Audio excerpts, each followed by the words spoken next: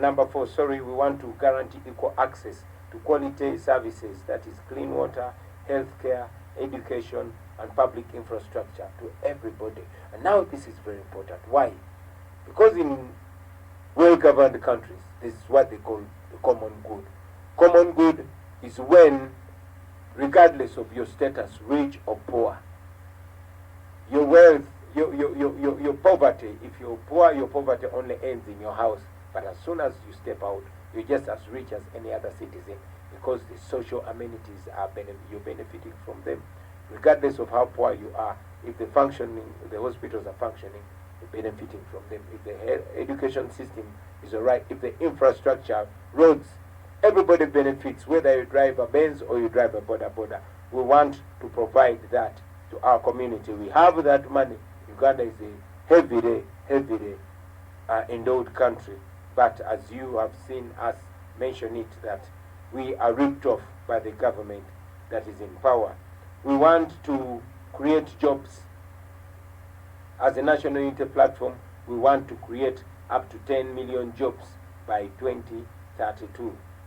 We want to leverage tourism. We want to leverage the manufacturing sector. We want to improve and advance sports and creativity. In this, our economy, I am an example that the creative world has a lot of potential. Unfortunately, it's now being stifled. The artists are being paid. They are no longer creative. They have become beggars. And yet, we are immensely talented. Look at Nigeria.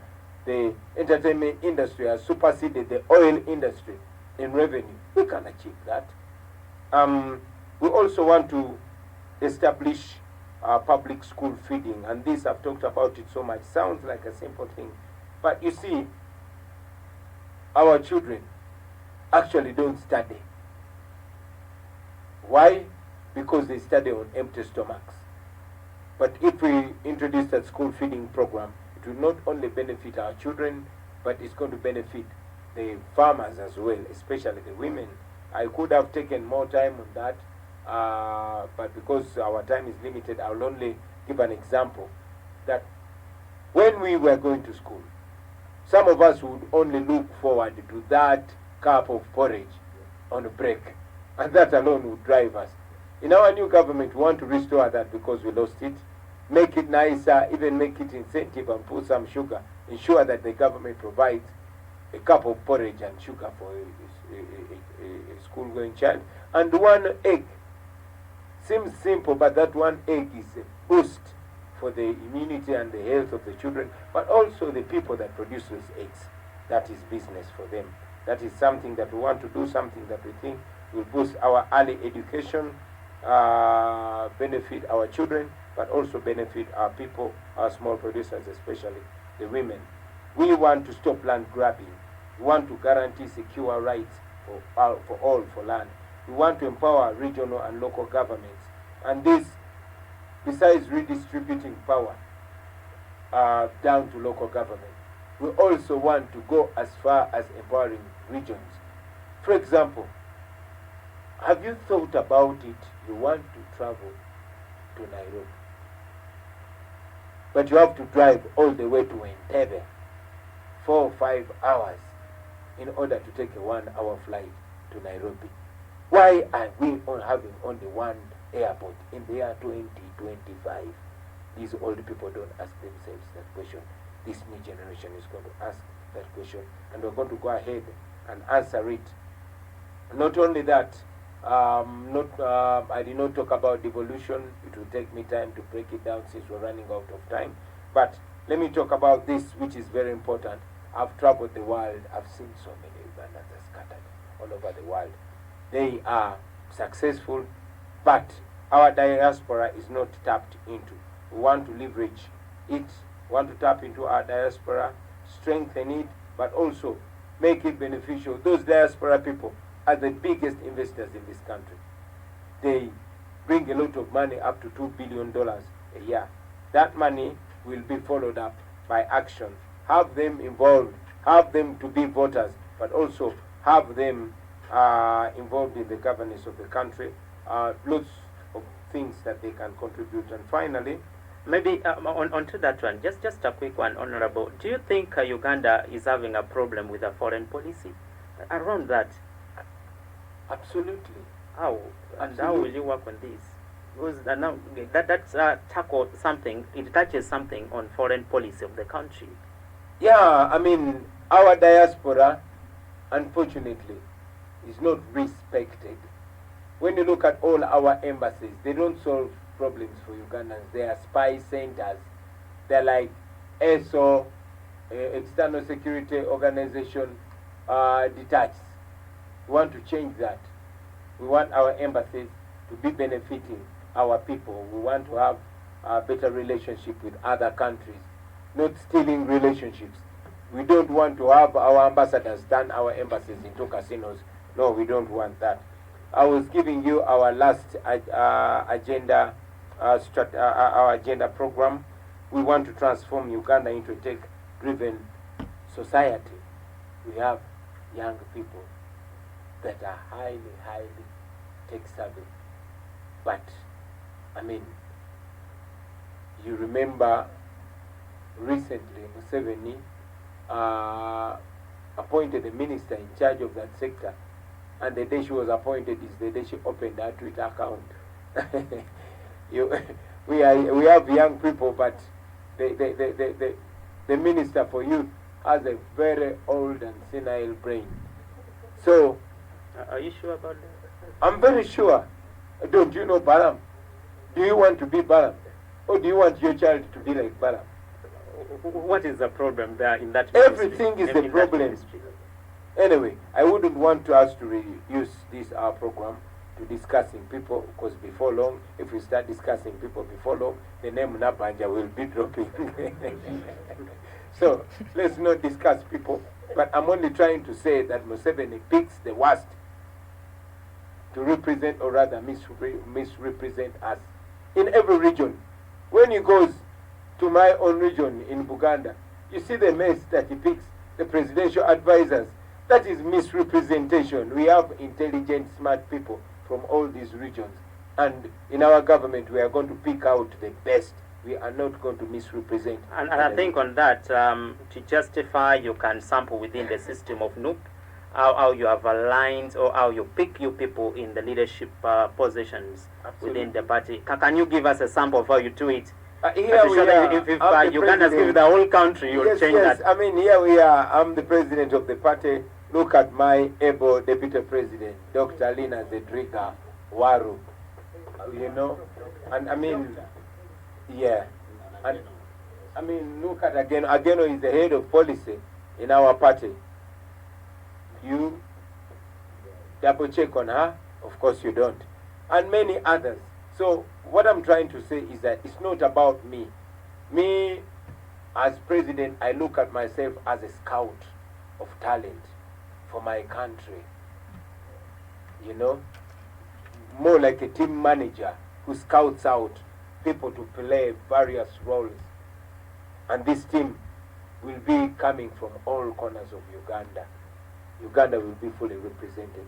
You will never see people from only one ethnicity covering. I wanted to ask how you'd handle inclusivity aspect of the leadership. You see where will your priorities target when it comes to inclusivity?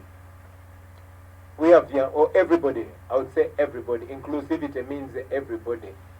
So we will have everybody regardless of the ethnicity, the age, the gender, you know, the 3 Gs, the geography, the gender, and the generation will be looked at. Thank you so much, Honorable Kyagulanyi. You gave us what is in your manifesto, the visions, and what you look into in advance before taking over that top position of the country. But now there's one problem that political activists and any other Ugandan have been talking about: the debt burden of the country.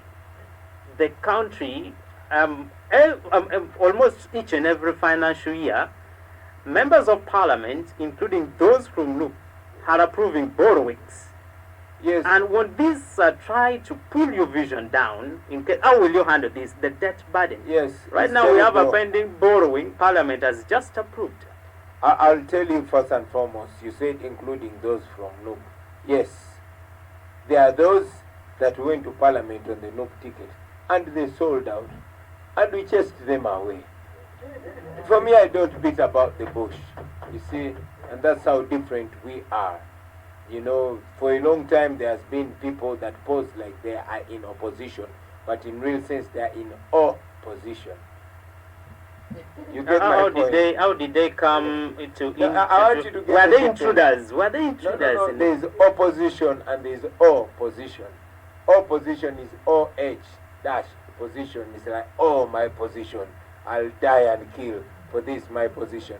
These are people who masqueraded among us. We must forgive ourselves because last time we started our political party, we launched our political party only a month to the election. So, and our major target was Museveni.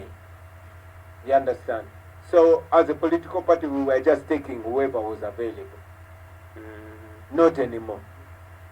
Now, we know that some people came because they know the people suffering are voting the idea that we represent. And they took advantage of the sufferers. Of course, as soon as we got them to Parliament, you saw some of them sold out, others were bought for peanuts, etc., etc. But I'll tell you that I disagree with that borrowing has enslaved us, that borrowing will stop some of the loans that have been taken. We question them.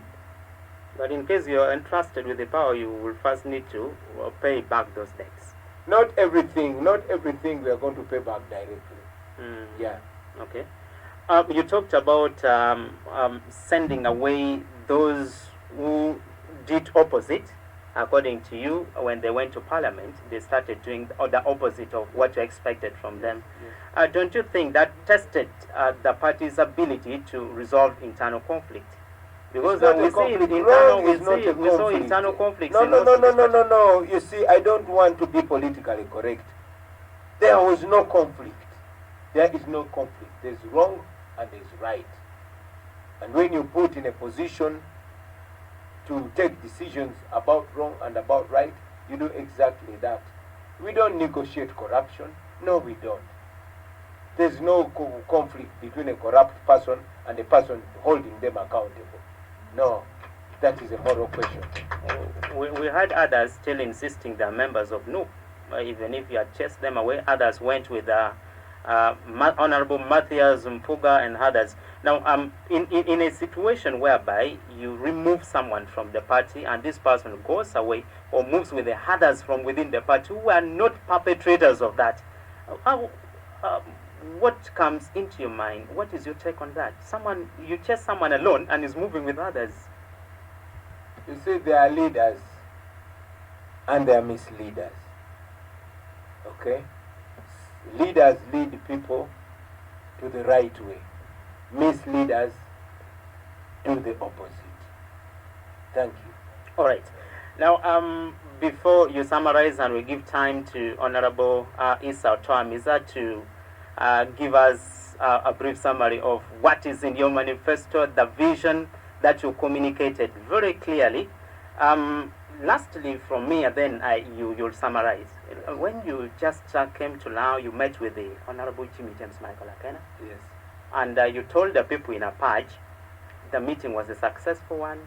And Lao appreciated you for going to visit the home of the late Dr. Paul Milton Obote. And you also, you said you had a lot of discussions that you did not reveal during your first campaign trail in Lango sub-region. But I also remember at some point, the party president for DP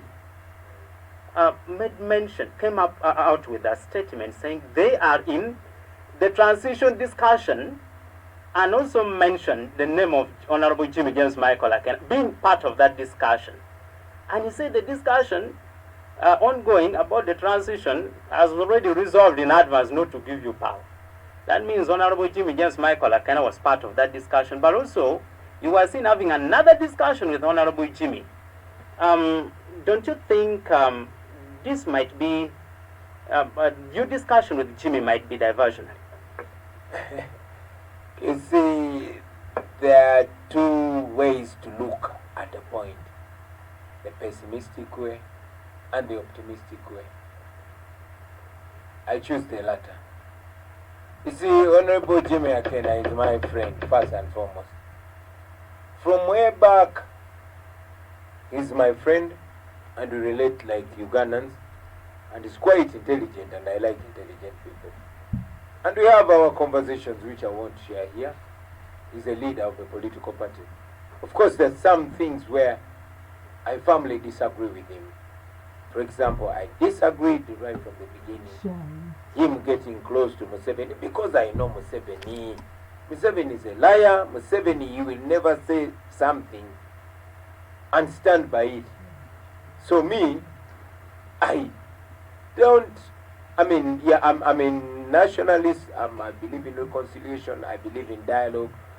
But for me, to dialogue with Museveni, it has to be guaranteed by the population. We have to say what we're saying. What I say to him privately, I say to him publicly. That's what I believe. But anyway, we differ. Maybe Jimmy is an uptown guy and me, I'm a ghetto guy. Or maybe he shared with you what they discussed within. No. Don't put words in my mouth. I'm saying we differ from him. But maybe that difference that we have is what makes us unique to each other. Maybe that's what makes us friends. Okay. So I was really honored when he invited me. This is a comrade, this is a brother. Of course, we share a plight because we are both facing a brutal guy, a dishonest guy. You saw what Museveni has done to Jimmy Akena. He blocked him. He said he has not done nominating. anything. He has refuted that allegation. Museveni has said that? Yeah. Yes, Museveni has also said. Museveni has also said he did not abduct me. He said he did not torture me after saying publicly that they beat me very well. Museveni has denied having Chibalama. He has denied killing our people. You know, he has even denied the things that he has publicly done to the people of northern Uganda. So that is Museveni. Anyway, we were talking about Honorable Akena. So yeah, you're meeting with him because I was honored. A matter of court decision right now. But you meeting with him, you said you'll not. I was honored, and it was an even bigger honor to be able to go and salute the father of the nation. It does not end with the two of us. No, it does not end with the two of us. It goes far down to even our people. Jimmy comes from Lango. I come from Uganda. And there's been some historical differences that happened when none of us were there.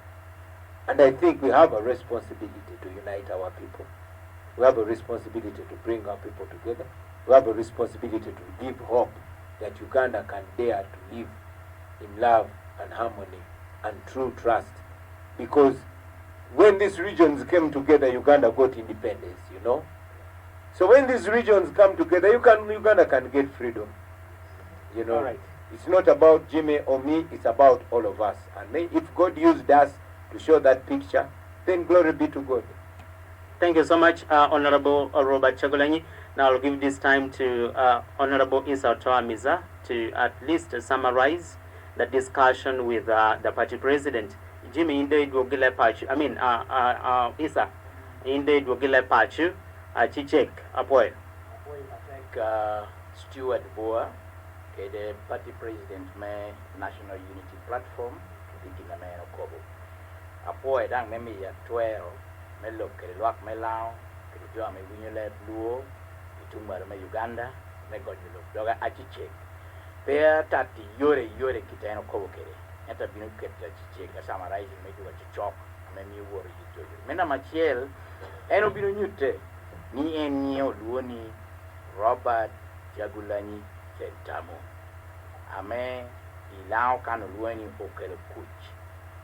Daibedo president me party ame kina Mario Uganda mo oluoni National Unity Platform. Echung yero karo mando echung mena Mario. ente po yo ba kiri jo duch melao ole wok jo ametinu be rally mere amo be di holda kibwa wela gino bino kere mara kiri chunya me gino kere pong ram olaba kino eno po joni nante po yo lao nante moko yom ye te moko ni ateni lao karamare be kitenu ene be kere me ario o mio ngecha pire tek pinote kuch kere kayo chuk ulangi ngiyo uno goba kere rope ama obero kele ya kina lao kere roko chere po lewa rok me Uganda ama duong logo me karne mi sebi ne bero tikere yora pol me poko lao kere jo me Uganda eno ko bani ene bino po lewa me kele jo karachel na mi yuku bertie kere mi yo kayo chuk we jo wo karachel eno ko bani nota pire tek me kele kuch kere dang na gero Uganda anyen kunbe ko yo ayot kere jo dushu ente mi kopera roma de hangwen ama ho gina wi pire tek amene mi teti me konyo me achiel me mi jo dushu bera gonya kunbeo ichik melogo